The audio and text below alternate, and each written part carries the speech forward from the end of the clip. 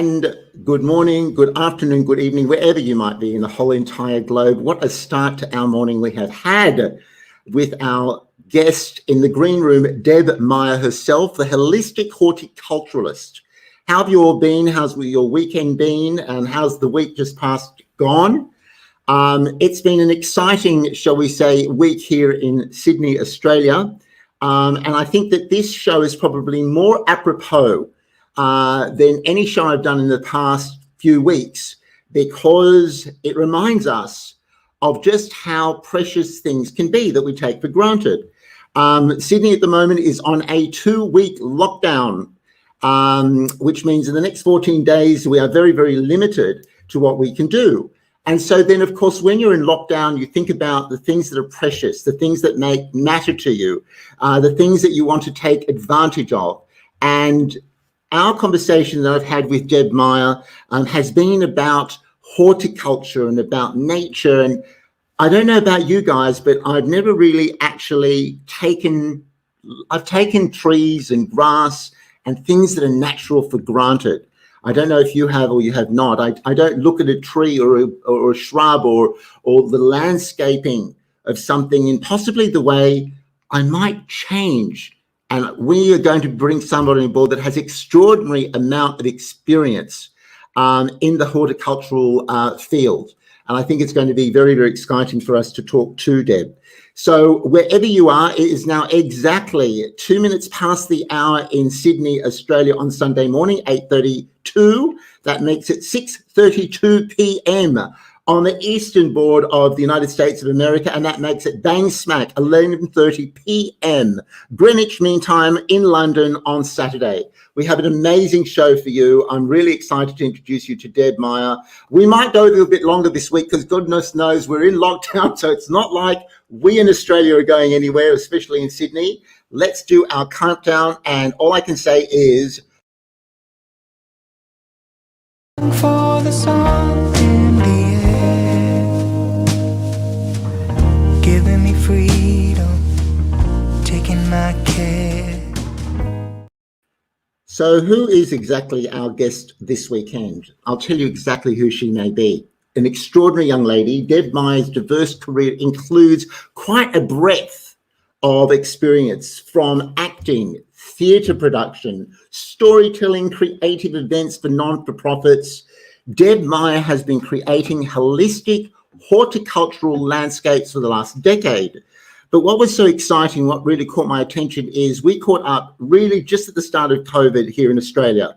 And I blinked my eyes, and 18 months later, from seeing Deb's logo, she has co-created an entrepreneurial venture with her mother. So it's mother and daughter have created Vogue and Vine, a holistic horticultural organization, which has also launched their own furniture collection, bang smack in the middle of COVID. And it's interesting because what Deb has told me is her frustration in not being able to put up all the things that she's actually done since her and her mother have created her organization, which is really something to be said, that they're so busy that they actually haven't had a chance to upload their website. So it's amazing. I think you're going to really enjoy it. And of course, I'm going to enjoy doing our opener because it really reflects a little bit about what Vogue and Vine and the world of being a holistic horticulturist is all about. And then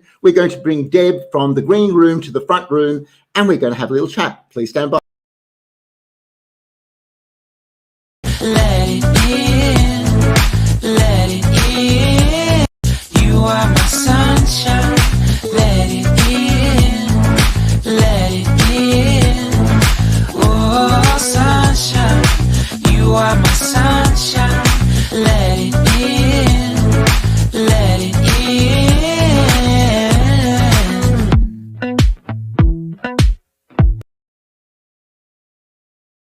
Bringing on stream the delightful Deb Meyer, who is in the background and now joining me. Hi, Deb. How are you? Hi, Henry. I'm great. Thank you. How are you? Oh, fantastic. We've had a very interesting start to this morning, haven't we? We have. Nothing like a few computer issues. But it's so nothing I'm not used to. what I'm interested in, what I've noted is, and I've noticed that you as a human being in all our dealings, and we're going to get stuck into some fantastic conversations, you always keep calm. What's your secret behind being calm? That's so interesting. You notice that. I feel sometimes like a little swan, sometimes during very busy periods or some stressful occasions, the feet are madly flipping in the water, but you have to keep a very, calm, serene exterior. It's happened a lot actually in my life, but it's something I think with practice, I get used to just breathing through. And I think working in a range of creative fields, I've worked in the theatre a lot and different events, and any event producer, as you know, goes through a whole range of different challenges, whether it's technological or whether it's with speakers or, with a range of things in life, really. So I think it's just life experience, trying to stay calm during any stressful encounter, which is very broad. So I have a question for you with regard to that, and that is, can you explain to me how you went from event management, creative events, acting school, and then you somehow went to horticulture? How did that actually happen? It's a good question. I get that asked all the time, and I think I'm just such a person who follows my passion. I always have loved so many different things, from theatre, gardens, Italy, yoga, whatever it is. I really, I'm passionate, and I decided when I was teaching drama for many years, I really felt like a new creative venture, a new creative canvas, and studied landscape design because I really love plants. And my husband Anthony and I were designing a number of our own gardens, and I really loved learning about plants and nature, and felt very connected. And it's such a beautiful, beautiful space to be in. So I went and studied it for 4 years, and so from my drama teaching and directing, producing days, I have done landscape designing at the same time as doing a number of other jobs in the event production industry. So it's always just been a combination of factors, really. Well, it's interesting because you came to visit my flat, and I said, Deb, I want you to come and consult and have a look. And you came in and you saw I had a couple of trees or something very little involved with greenery, and that's why it really encouraged me to talk with you. And I think my question has to be, what would I expect when you finally do, say, a client like myself? What can I expect with regard to the difference of energy? What actually will it matter if you came here and consulted and greenified my space with your holistic powers? I remember that meeting well, Henry, coming into your home, and I saw one, I think it was one fake plant. I love you say tree, love that. I know. And I loved your home and the view you had, but I felt there was a real disconnect with the natural environment. And I just sensed that in your space where you work and you breathe, you live, it's so consuming for you with your writing that I felt to be surrounded by some plants would be very rejuvenating, would be very nurturing, very calming. And I know that without having a lot of artwork on the wall, nature as well brings in such a joyous sense of an aesthetic, as well as having a visceral effect on the human psyche and physiology. So I think to be surrounded by plants, Henry, is, I think for anybody is a very beautiful, and it's something that I think is multi-layered, the effect of plants surrounding a person. Well, that's interesting thing, because that's what really caught my attention to interview you today, because you went into, like, to me, a tree is a tree. I'm sorry, I not anymore after talking to you and preparing for this interview, but it has been very much a tree is a tree, grass is grass, or whatever. And you just said yourself, it's multi-dimensional. So when you go and see a client, is it that you are looking at their space or also their soul? Or both? What are you looking at? Well, it's great. It's a great question, and it's a multitude of factors. I come into a space and I notice a range of things. I notice the artwork on their wall before I even walk through to the back. I notice the amount of available sunlight. I notice some of the borrowed landscape. What sort of trees and what is surrounding the space? What sort of privacy is there?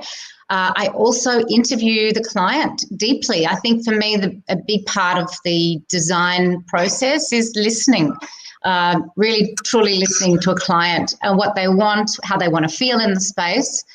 And for me, listening is not just about the ears, it's listening very much with the heart and the soul, really trying to connect with a person and what they're saying and what they often are unable to express, that I can sometimes tap into. I think on an instinctive level, I think that helps. Having a gut feeling about what a person is needing. And, different plants have such a different effect. And if someone wants a Balinese tropical space, and often they want to feel much more relaxed, we look at how additional elements, props, plants, furniture, how we can create a much more holistic space for them to really enjoy. So it just depends on so many different factors and different senses that someone may be open to. It's a beautiful process that sometimes I can put into words and sometimes I can't. And I think that's also that quality of just trusting my instincts when I'm with a client. More often than not, I feel I'm really grateful that I can be quite spot on in reading a client, but always listen. Well, it's interesting because you don't necessarily have to describe in words what actually comes, because when it's holistic and it's spiritual and it's mystical, that's what I found really interesting with my father and his work, because doing this program for my son, it has always been very much about his soul, and trying to get the words for that has been sometimes very challenging. But for you can express that on the canvas of your clients' requirements. So what kind of personality traits have you been dealing with very recently? Personality traits of clients? Correct. There's one client at the moment I'm finding really interesting.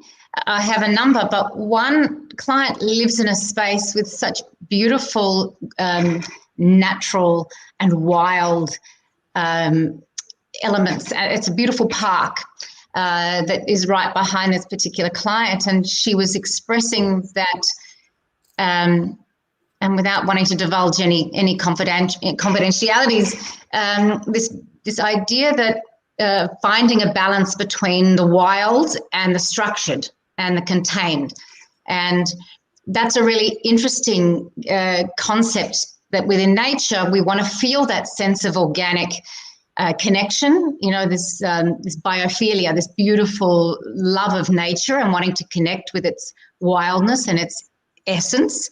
And on the flip side, feeling like we want some elements of control, especially, during COVID and during a whole range of ups and downs in our lives, having some control can also be a really important element to many different people. So I'm finding an interesting balance within this design of combining the wild with elements of control, and with some tropical plants that are much more free than a more structured, clipped English style garden. They're really interesting qualities, I've noticed that in your work, and I'm going to back it up. We have from New York City, Jeffrey Alvin, with a really interesting comment here. He says, Psychology Today actually reported a few studies that show that having plants in your space can improve blood pressure, reaction times, attentiveness, and even raise productivity and lower anxiety. Bring all the trees into me, please. Absolutely. Jeffrey is spot on. That's exactly right. There's more and more literature to highlight all the range of multifaceted effects that plants and being surrounded by nature have. And it's one of the reasons there's so many more books now that are popping up on plant therapy, because so many different qualities of plants and different types of plants have different effects. It's a little bit like a prescription sometimes, when someone says to me they're going through a certain emotional issue, and I will think, actually, have you tried? And I don't always say that to people, but sometimes just being around plant or having plants to look after, to water, to nurture can be quite a beautiful relationship in getting somebody to come out of themselves and to focus on another living thing. Nicole says, Nicole Santa with a double asterisk, Nicole said 100%, and we are seeing this in events too. And why I bring that comment up, interestingly, is taking your experience, taking the study that you've done in holistic horticultural pursuits and your events. Can I ask you, when you go onto a site, and you see your client, you talk to them psychologically, you get their vibe, you get their feeling, you see what their anxieties are, etc. What part of the other part of who you are as a human being, which is acting, producing, events, storytelling, what comes into the play when you're doing your work? That's a great question. There are so many different factors that come into the area I'm in now with landscape designing. And it's that concept that you want to in life try to join the dots of the person that you are to be whole, to feel whole. And the only way we can often do that is by looking backwards rather than anticipating how we can do that moving forward. And I definitely feel that with the landscape design work that I do and my approach. It incorporates a range of areas that I've studied, from psychology to theatre, to teaching, to education, to directing and producing, and then creating events. So, and there's a number of factors I think that are really quite similar to producing theatre and producing a garden as well. Both areas are involving in bringing in a combination of different elements that involve people and people using a space, wanting to feel a certain way in the space, incorporating some props, plants, people. But the big difference with garden design is that gardens are like an outdoor set, but they are always evolving. They are dynamic and they grow. So it's exciting creating a space that you want to look beautiful immediately, but having a vision for how it will ultimately look down the track. And it needs a lot of love and attention in the whole process. People have to be invested. And that's also something I love doing, is enthusing clients to fall in love with plants and, their outdoor spaces, so that they're much more inclined to want to look after the gardens, even though every client says to me they want a low maintenance garden, which I like to always provide. But there's always an element of maintenance and work and love that's required to help make a garden grow, Henry, like you often say, right? Love and care and nurturing, is needed for any living being or living space, right? It is, and I'm getting invigorated. I'm writing notes, Deb. I'm absolutely writing notes. I'm harvesting your information, because at the end of this, we're going to be summarising it, just so everybody knows. This is Deb Meyer, our very extra special guest on Henry and Friends Live. We're going to invite Deb out of the room for a moment, where I just speak to us and have you back for part two. But Deb, it is exactly 8:48 a.m. on a Sunday morning in Sydney, Australia, on the east coast of Australia, which means it's 6:48 p.m. Saturday night in New York City. And that's going to be our next show for next week. We're going to be doing a 4th of July special. And that means it's bang smack 11:49 p.m. Saturday night, London, Greenwich Mean Time. We'll have you back in a moment. And I'm loving the comments. I've got a great one from Noah Rain coming up, and we'll be back after this break. Well, as you can all see, ladies and gentlemen, this is really quite exceptional, and I've been writing notes, and I'll be harvesting some of the comments from Deb. It's absolutely fantastic to hear just a whole other perspective.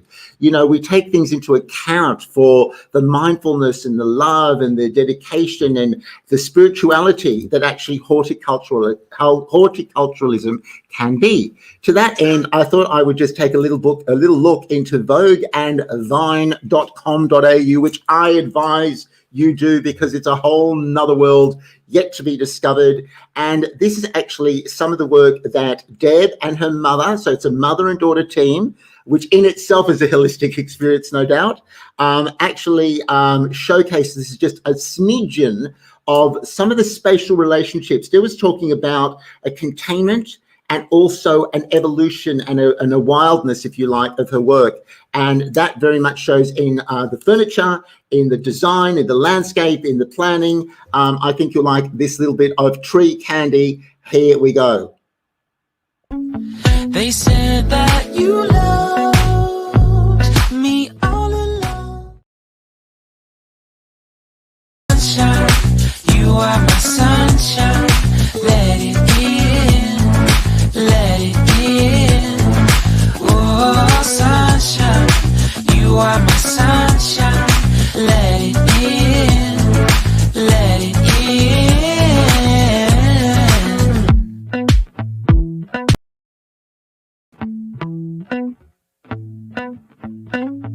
If ever I had a video,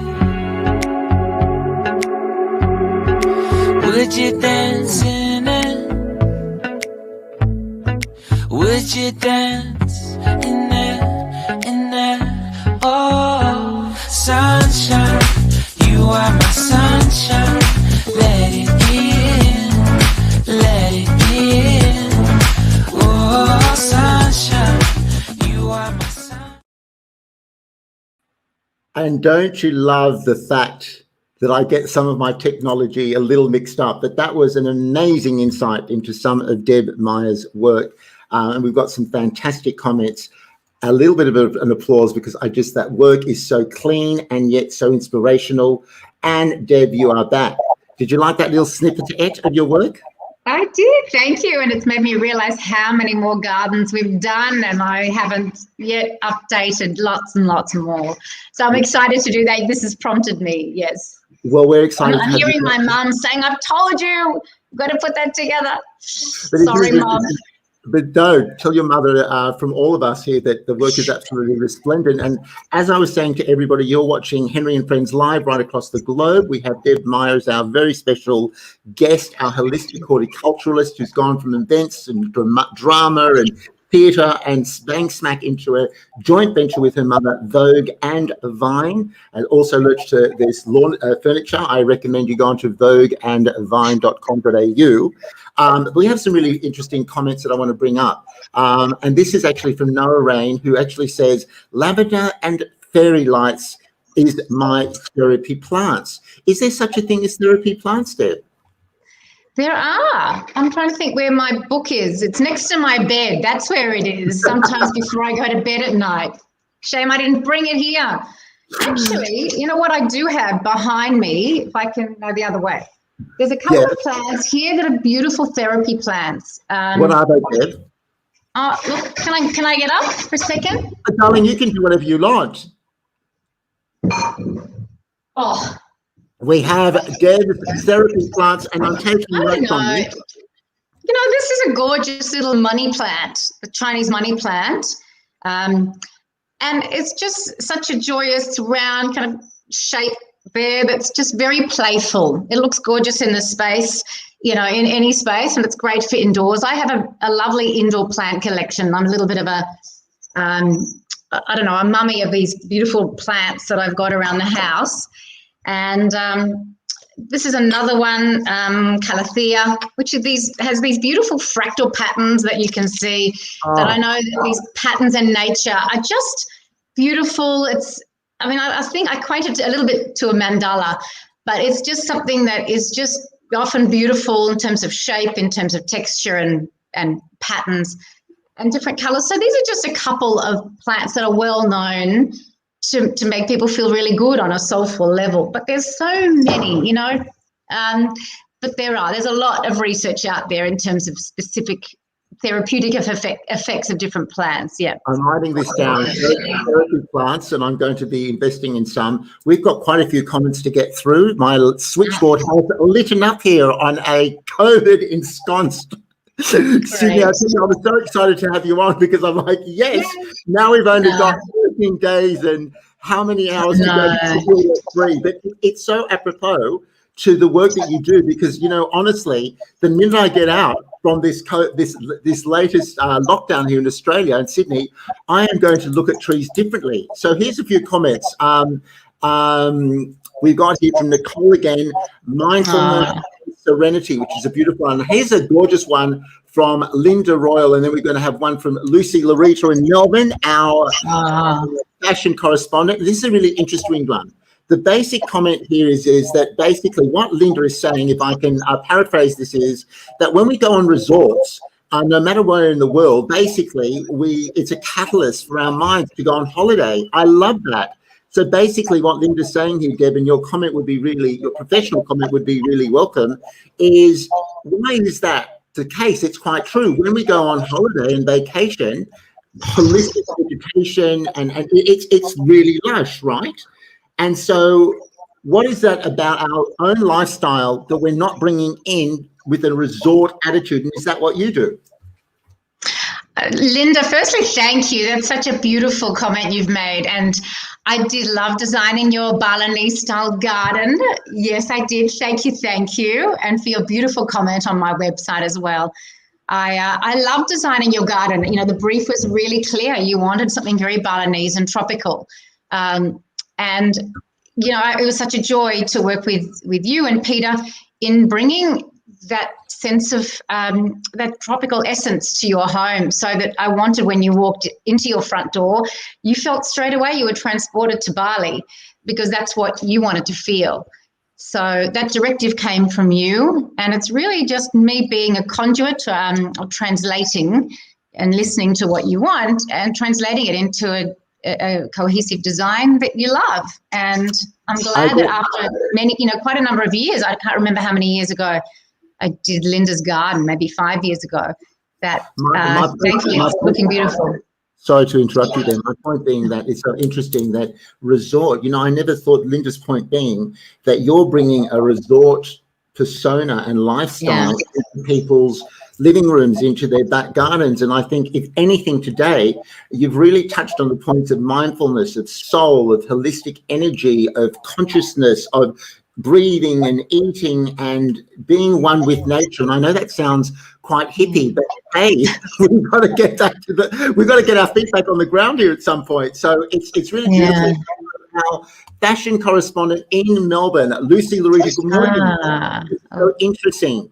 Since COVID, I've taken much more note and the importance of the greenery in my garden in the process of creating a whole new garden. Are you finding, thank you, Lucy, are you finding that that's actually a trend that people are like embracing horticulture? Very much so, and it's not just me saying that from a landscape designer, but you speak to any nursery, they are flat out. It's really, it's a crazy time this last year. There's a huge amount going on. I'm finding that when I email, they take longer to get back to me because they are so busy, and the lead time to get plants delivered to clients, people are so busy. The nurseries are run off their feet. And as you've probably seen, the cost of plants has also gone up in price. There's very little stock on the market. Last year, in the middle of COVID, when we were in the lockdown for us in Sydney, it was a really crazy period of time. Most plants were flying off the shelves, literally. People really needed it. It's amazing, Deb, because that's when you started. You started at the cusp of COVID.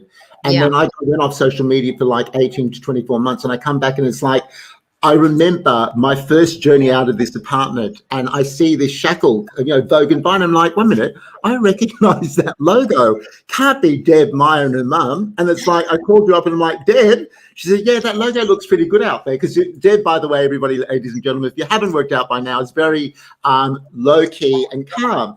And I'm like, I put the phone down. I'm like, no. That was Deb's work. It was amazing to me. Melinda is one of our foundational viewers. Says, Henry, I love how you write down thy notes. It's showing your enthusiasm. Melita, I have got 2 shrubbettes outside that I just because of this show, I swear to God, I don't know where it's gone. I bought insecticide stuff, right? Because I thought if Deb will feel that there's insects on my shrubbettes and they're doing well. But I am enthusiastic because it's a whole other field. And I feel it's my responsibility to summarize some of these nuggets. So thank you. And we love you joining us. I hope you had a great trip to the Gold Coast. Noah has said here, So much lavender. I love it. Nose into the lavender. It's fantastic. And she's also got another comment here, which is new comments. I've got so many comments. When I start something new and I try to imagine it, I always start with the natural world. That's so interesting. Plants and light. Deb has been a great imagination partner. That is so interesting. I love that. Thank you, Noah. Yes, it is. It's been beautiful working with you, and I'm excited to be designing your balcony garden very soon. So my question to you is your life guided by the energy of the inspiration of nature? Is that how your life is guided? If I was to say, what's your number one guidance and your guiding light? Would it be nature? It's one of them. It's definitely a very important one, but it's not everything. It is extremely important, and I'd say on a broader level, this kind of concept of biophilia and this effect, just to translate, that's this passionate love of life and all living things. I think that to me is more cohesive in terms of where I am drawn to. So it's with nature, it's with my husband, my children, my parents, friends, people I love. For me, love is much more a driving force. And so, whether it's my love of nature or my love of human beings and connecting with people, which is really when I strip everything back, for me, connection is the most important driving force, whether it's connecting with you, Henry, today, and with wonderful people who are checking in, so thank you, or whether it's connecting with my speakers who I help curate during the Moth Story Slam events that I produced and helping them connect with an audience, or whether it's helping my clients on a one-on-one level connect with nature and with plants and with their environment. So I feel like connection is much more of the concept. The concept. So as I drill into this next question, which is part B of the same question, and that is, I understand it's, you've got connection with family, with our global audience that we have, and we're going to be speaking to Rubina Latif, our beauty correspondent in London, in a moment. So as you can see, we have all around the globe. But you've been talking about the connection with family, with events, with your clients. But would it be also correct or incorrect to say that your conduit, which is the connection, comes from the root of your soul, which is nature? The root of anyone's soul is natural, is nature. Yes, I think there's many different ways people view their own soul on a spiritual level. People can say it's a sense of godliness, or it's a sense of a higher being, a higher power. Some people refer to that as Mother Nature, others as God. I think on a very spiritual level, it's a very personal thing. I couldn't even say for me where one starts and one ends. For me, my religion, my sense of spirituality, my connection, it all plays a part in who I am. So I couldn't tell you really where one begins and one ends. Yeah. So that's interesting. As we say in our show, you think you know your friends, but when you put yourself inside their shoes for 15 or 20 minutes, you learn so much more. So you're saying to me, your whole, there's many parts, obviously, to the furnace that gives you the spirituality of what you do and how you do it. It's really, really interesting. I have and one to learn from. It's like, I think sometimes we like to pigeonhole ourselves. It's this thing that's the main thing, or it's that thing that's the main thing. And you're saying, no, Henry, for me, for your experience, it's a whole basket of ingredients that goes into your spirituality. It's not just nature, it's a connection, it's all those sort of things. It's very interesting. I've got a comment from London, England, and it is exactly, they're coming to Sunday. It's 4 minutes past the hour of Sunday. Hello, Rubina. Welcome to Sunday, Rubina. I have introduced many more plants into my home since lockdown. Loads of succulents and hanging plants too. succulents and why Rubina has felt compelled. Do you think you've seen this during COVID and now post-COVID growth? Why do you think there's been such a resurgence and a regrowth, if you like, of the interest in horticulture since COVID? I think there's so many different reasons, and everybody will have their own. I think during challenging times, when anyone is thrown into a difficult situation, when I think the carpet or the rug is pulled under people's feet, there's a real sense of destabilization, and that can be from COVID. It can be, I experienced my own rug being pulled out from under me, a couple of years ago. And I think that it really helps to find something that you can feel connected to on a soulful level, that you feel that you can nurture and that makes you feel good. And nature and plants, it's such an easy way. It's so accessible. It's inexpensive, really. You know, some beautiful succulents. You can even see if a neighbor might have some succulents that they are happy to give you a cutting because they're so easy to then regrow. Succulents need sunshine, so they are better outside than inside the house.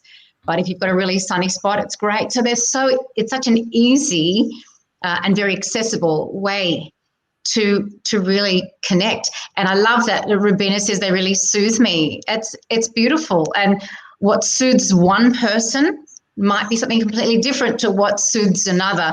And so then there's this wonderful sense of, individuals choosing. When I see clients, I always will show a spectrum of plants to see what they connect with different colors, different shapes, styles. Right? Some really love clipped, formal, shapes, topiaries, and that helps somebody feel very centered.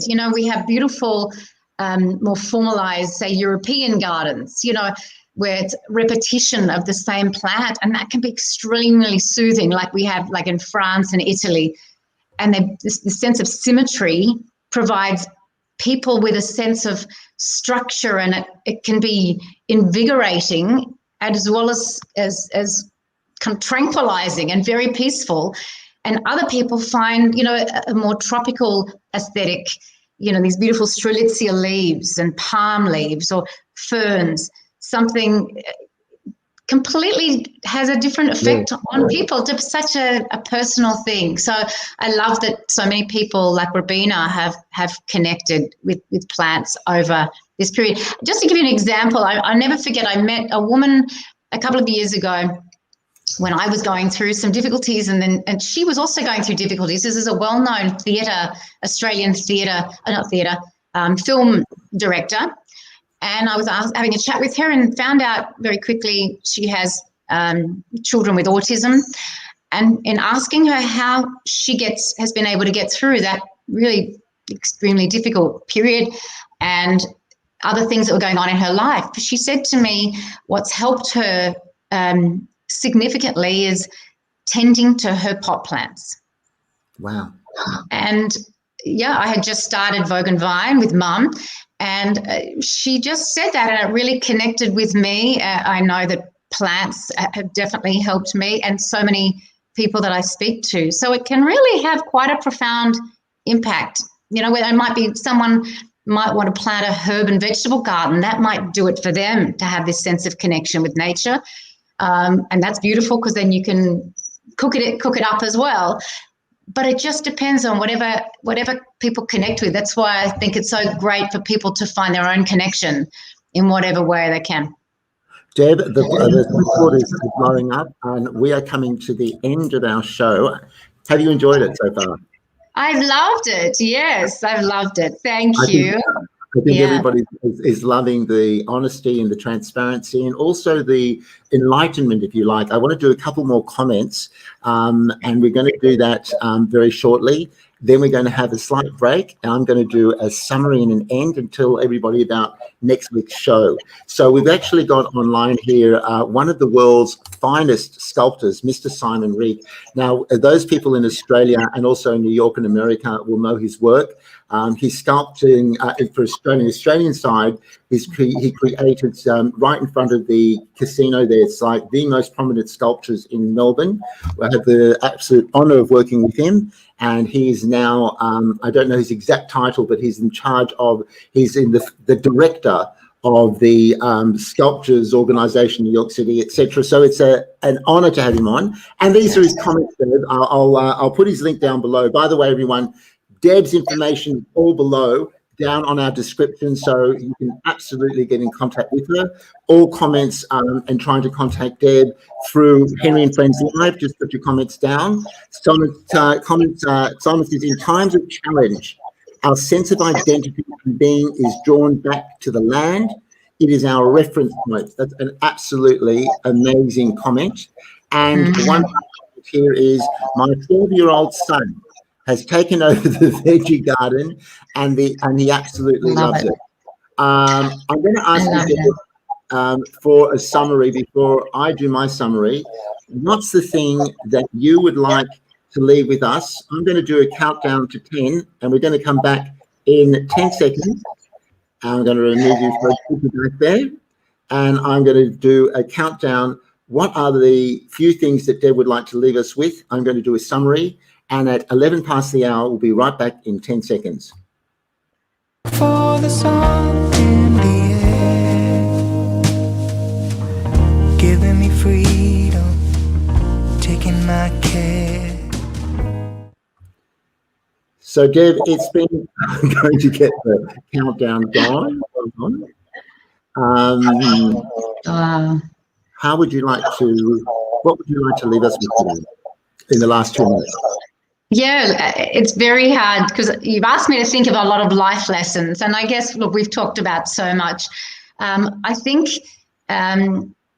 listening deeply, I think feeling a connection and listening to people, whether it's clients, whether it's people in our professional or our personal world, whether it's listening to nature, listening to our own bodies and our own sense of self and how we need to express ourselves and our creativity. I think listening is really in the essence of who we are and connecting with people and the planet.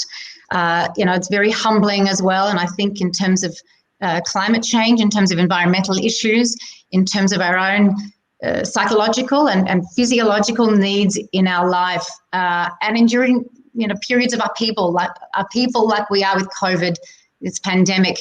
I think as much connection that we can have to ourselves, connection to our beautiful friends and family and people we love, connection with the planet, with nature and our land and this earth, I think is really important.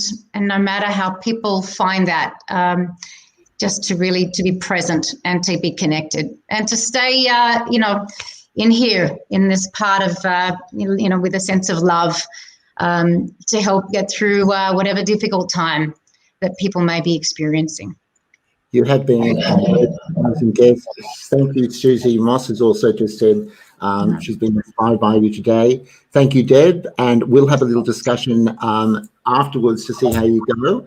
That's behind the scenes, and however, it is live. So we'll be formally shutting down in approximately 2 minutes.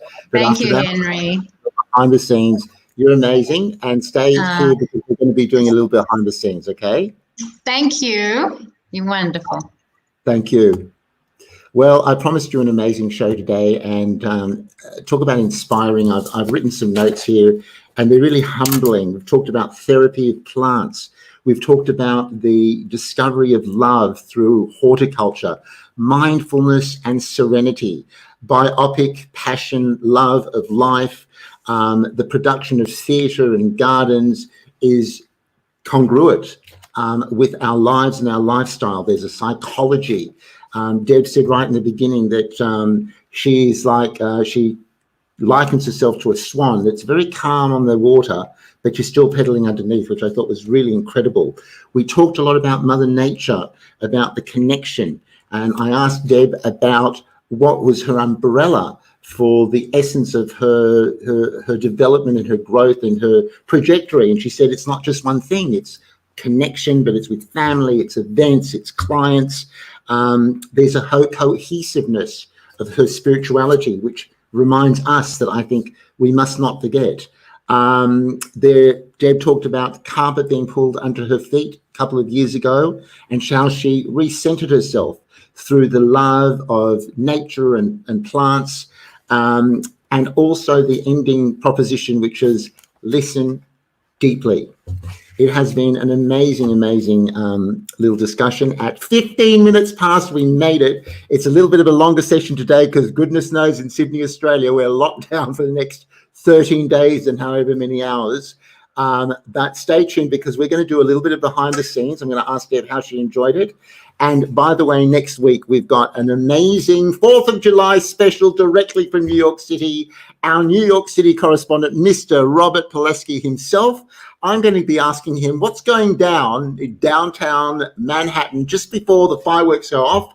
What's it like post-COVID? What's going down? What's new? What's happening? And for now, I'm just going to do our little promo. And thanks to Deb. Again, below the screen is all the descriptions. Join us on and subscribe to YouTube. Here is my ender for this show. And if you want to stay behind and hear the real scoop of how we really thought this show went, I'd advise you stay behind. Thank you, guys. It's always a pleasure. Until next week. If ever I had a video, would you dance in it? Would you dance in it? In it?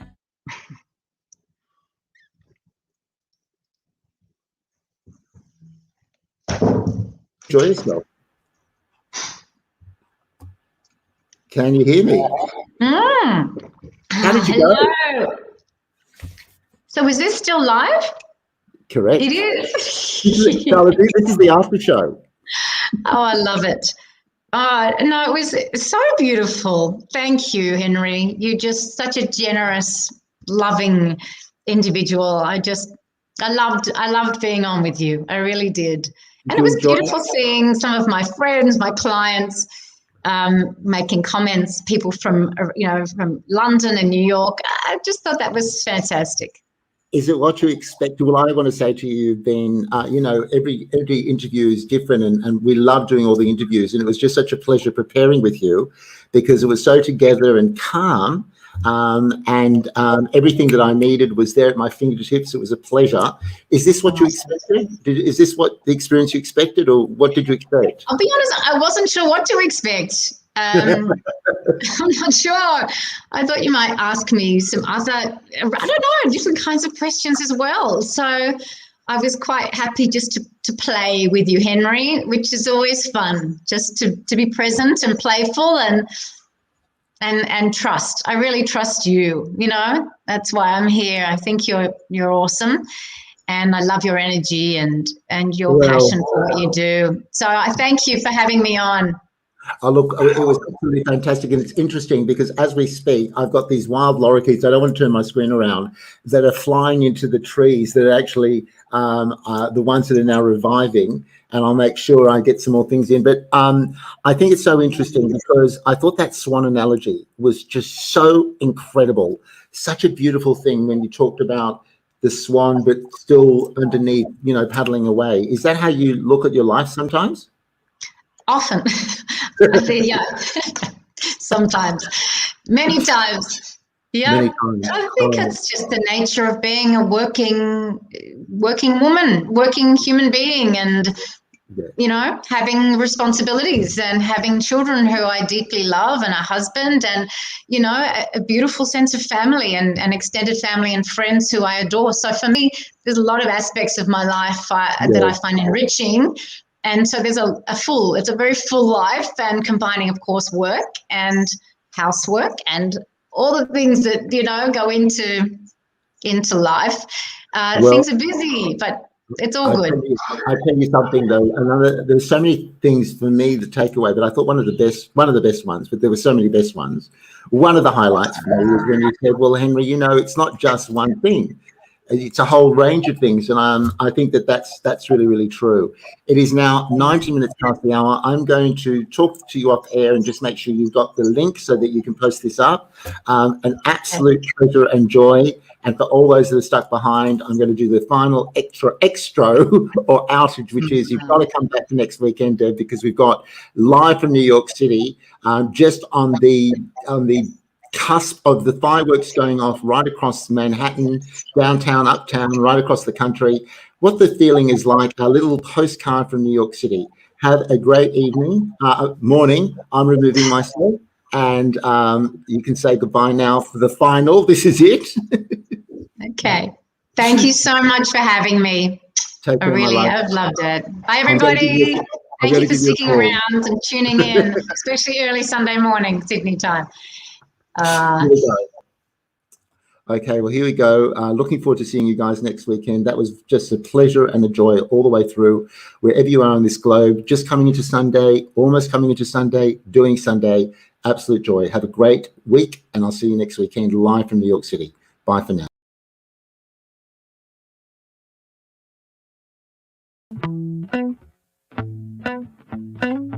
If ever I had a video,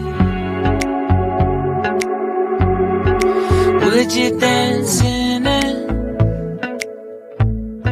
Would you dance?